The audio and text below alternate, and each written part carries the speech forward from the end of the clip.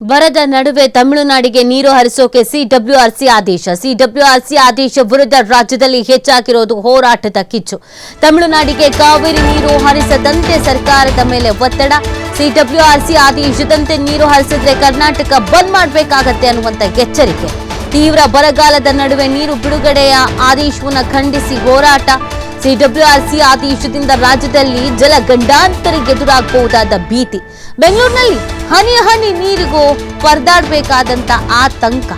CWRC ಆದೇಶದಿಂದ ಬೆಂಗಳೂರು ಜನರಿಗೆ ಹೆಚ್ಚಾಗಿರೋದು Kaveri tension. ಬೆಂಗಳೂರಿಗೆ ನಿತ್ಯ 1900 MLD ನೀರು ಕಾವೇರಿ ನದಿಯಿಂದ ಪೂರೈಕೆ. ಸದ್ಯ ಕೆಆರ್ಎಸ್ ಜಲಾಶಯದಲ್ಲಿ 16 TMC ನೀರು ಮಾತ್ರ ಲಭ್ಯ. ತಮಿಳುನಾಡಿಗೆ ನೀರಿಗೆ ಬಿಟ್ಟರೆ ಬೆಂಗಳೂರಿಗೆ ನೀರು ಪೂರೈಕೆ ವ್ಯತ್ಯಯ. ಸಿಡಬ್ಲ್ಯೂಆರ್ಸಿ ಆದೇಶದಿಂದ ಆತಂಕಕ್ಕೆ ಸಿಲುಕಿದ ಬೆಂಗಳೂರು ಜಲಮಂಡಳಿ. ಬೆಂಗಳೂರಿನಲ್ಲಿ ಹನಿ ಹನಿ ನೀರಿಗೂ ಪರದಾಡಬೇಕಾದಂತ ಒಂದು ಆತಂಕ ಸೃಷ್ಟಿಯಾಗುವಂತ ಹಿನ್ನೆಲೆಯಲ್ಲಿ ಇದೀಗ ಪ್ರತಿಭಟನೆಯ ಹಾದಿಯನ್ನ ಹಿಡಿಯಲಾಗಿದೆ.